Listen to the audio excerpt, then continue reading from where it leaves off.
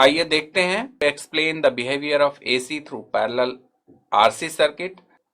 आइए अब देखते हैं AC response of parallel RC circuit.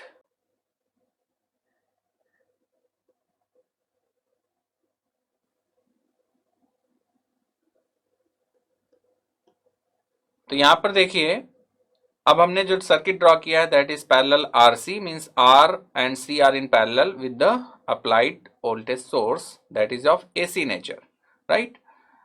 तो अब यहां पर देखते हैं इसका बिहेवियर क्या होगा एसी का, और डिफरेंट पैरामीटर्स इसमें हम कौन से सॉल्व करने जा रहे हैं। जैसे हमने आरएल के केस में एडमिटेंस सॉल्व किया था in terms of conductance and inductive susceptance, यहां पर हम सॉल्व करेंगे conductance and inductive capacitive susceptance because here capacitor is used.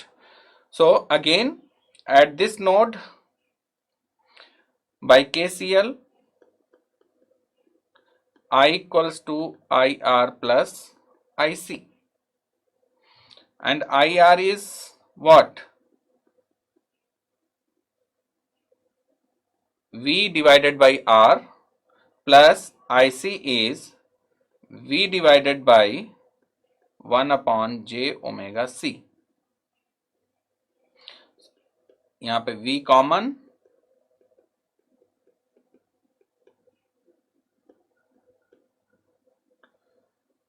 सो इसको हम लिख सकते हैं V multiplied by Y admittance Y is 1 upon R plus 1 upon J omega C।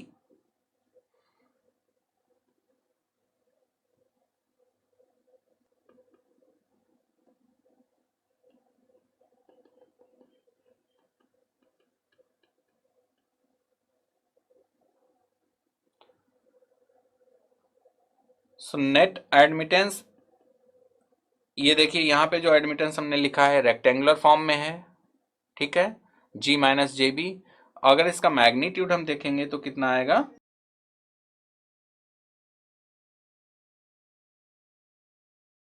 And angle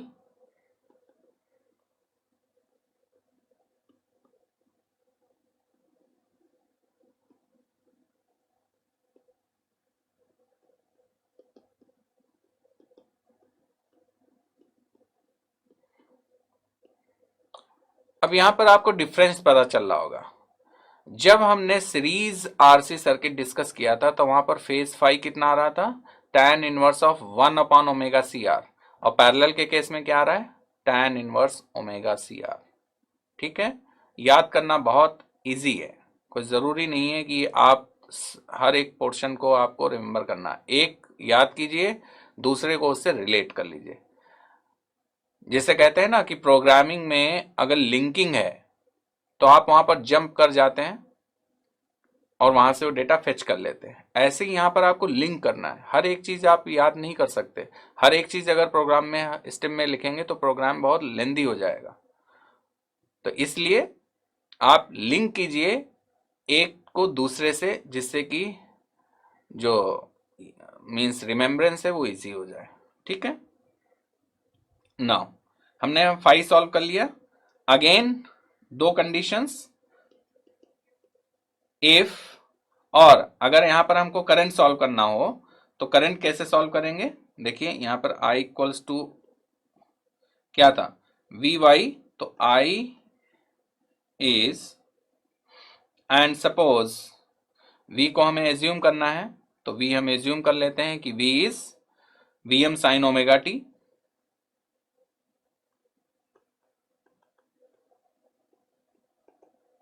कुछ भी आप रखिए, sine omega T, cos omega T, it depends.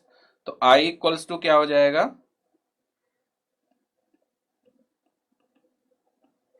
और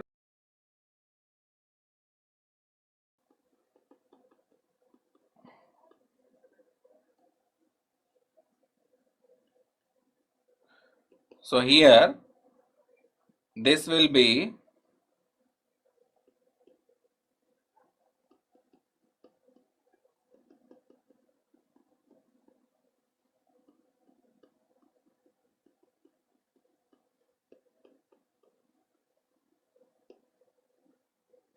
So this is the expression of current, right? Now there are again two conditions. If R is much greater than omega C, it means 1 upon R, this one. So what will happen here? Oh, 1 upon omega C करेंगे, देखिए इसको. First condition is if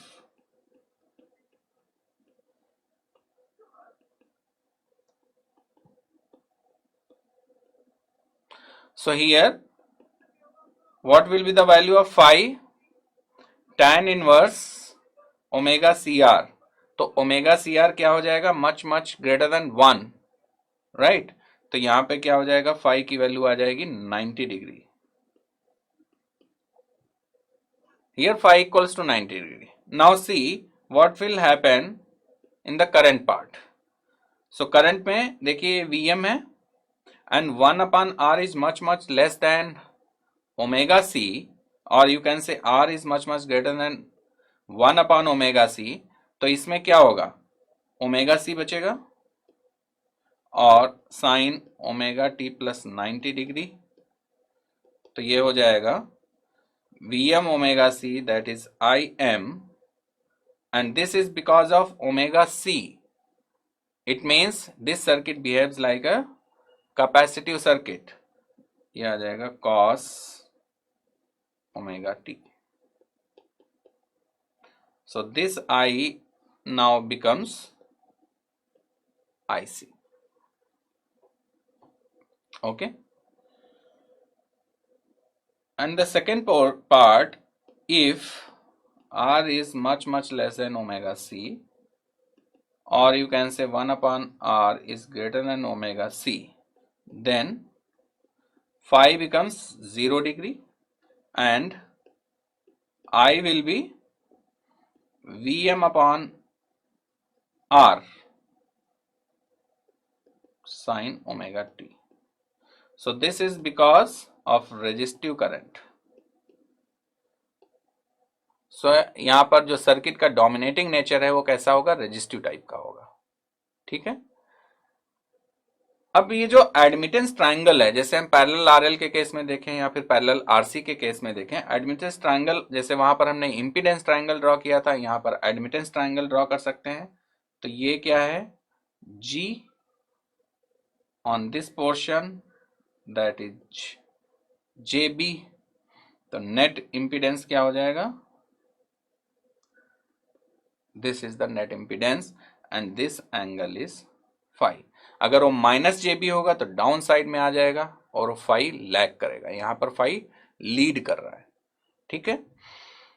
similarly we can draw here the voltage and current triangle. So you can see this is IR and net applied voltage is on this side.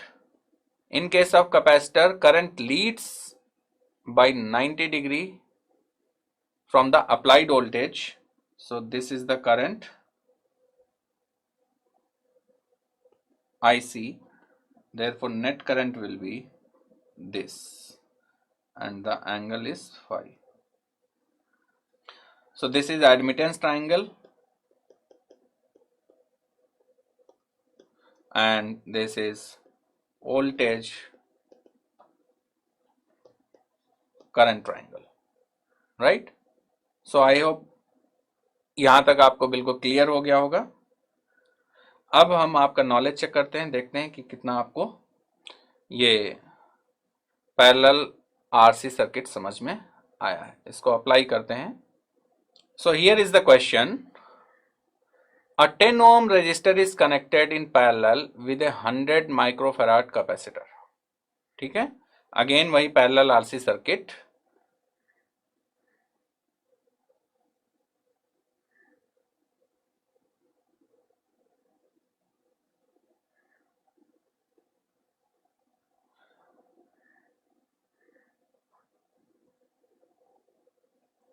supply being 5 ampere, so 5 ampere is the current flowing, 50 hertz constant current source, so यहाँ पे 5 ampere और 50 hertz की supply है। Find RMS and instantaneous branch currents, means IR and IC आपको solve करना है। Instantaneous कह रहा है specially through the capacitor and resistor. तो कैसे सॉल्व करेंगे? करंट सॉल्व करने के लिए यहाँ पे चूंकि पैरेलल में है तो net current equals to the sum of the branch currents, ये तो आपको पता है, ठीक है। बट देखते हैं कि इनके रिएक्टेंस, कैपेसिटिव रिएक्टेंस कितना है और रेजिस्टेंस की वैल्यू इसमें गिवन है, कैपेसिटेंस की वैल्यू इसमें गिवन है। This is 100 microfarad and this is 10 ohm. So let's start. What will be the capacitive reactance? Omega is 314 radian per second for 50 hertz.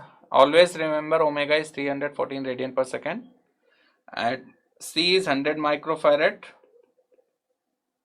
Convert it into farad. So it will give you 31.8 ohm. Now net impedance, अब देखिए यहाँ पे चाहे आप impedance solve करें directly या फिर आप पहले एडमिटेंस सॉल्व कीजिए, देन एडमिटेंस होता क्या है 1/Z, तो आप एडमिटेंस सॉल्व कीजिए देन इम्पीडेंस सॉल्व कीजिए, या फिर डायरेक्ट आप इम्पीडेंस सॉल्व कर सकते हैं। तो देखिए जैसे डीसी के केस में अगर दो रजिस्टर पैरेलल में कनेक्ट है तो उनका नेट इम्पीडेंस, नेट रेजिस्टेंस कितना होता था? दोनों का मल्टीप्लिकेशन डिवाइडेड बाय दोनों का सम R1 R2 upon R1 plus R2। Similarly अगर आपको यहाँ Z सॉल्व करना है तो आप कैसे सॉल्व करेंगे? दोनों के impedances R into minus JXC divided by R minus JXC। कोई दिक्कत? कोई दिक्कत नहीं। अगर आप कहें कि एडमिटेंस लिखना है तो आप ऐसे लिखेंगे,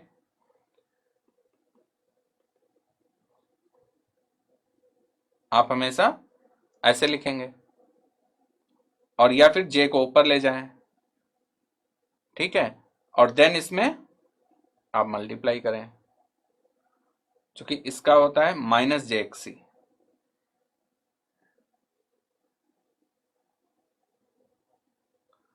ठीक है। तो आप जब मल्टीप्लाई करेंगे तो सेम चीज आ जाएगी आपके लिए, R माइनस JXC। तो हम कोई भी स्टेप ले सकते हैं। तो नेट इम्पीडेंस डायरेक्टली सॉल्व कर लें, क्यों हम एडमिटेंस सॉल्व करें फिर इम्पीडेंस सॉल्व करें? वो एक्सप्लेनेशन के लिए बात अलग थी, बट न्यूमेरिकल में आप डायरेक्टली ऐसे यूज कर सकते हैं।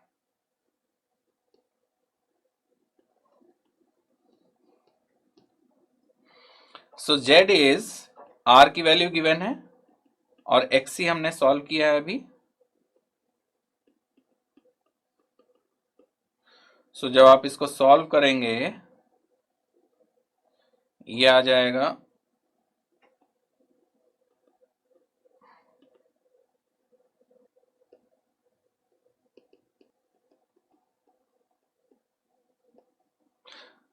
so this is the value of net impedance of the given circuit. Now what is the voltage? V equals to I into Z and IRMS current is given 5 ampere.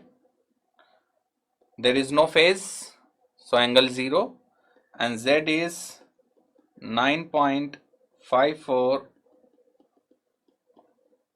So from here the RMS voltage is 47.7।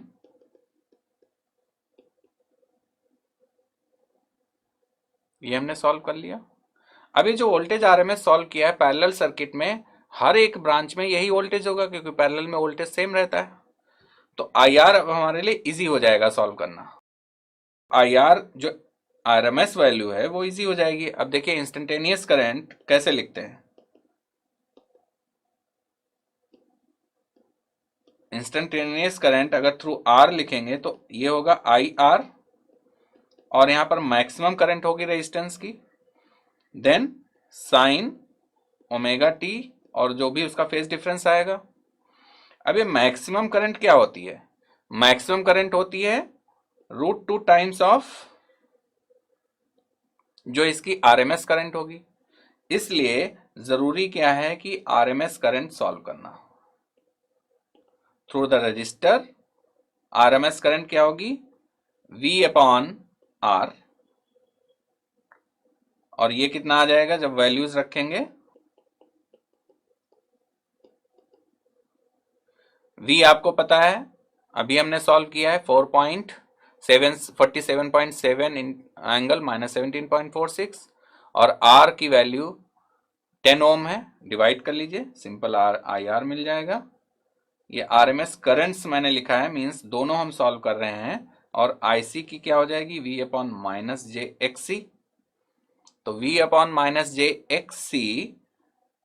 XC की value हमने पहले ही solve की है 31.8, जे angle -90 देगा minus जे, और V आपको पता है, आप इसमें सब्सटीट्यूट कीजिए, सॉल्व करेंगे तो ये आ जाएगा 70.54 एम्पियर। सो हमने राइट साइड में आरएमएस करंट्स सॉल्व कर ली, और इन आरएमएस करंट्स का यूज करेंगे हम इंस्टेंटेनियस सॉल्व करने में, इंस्टेंटेनियस करंट को सॉल्व करने में।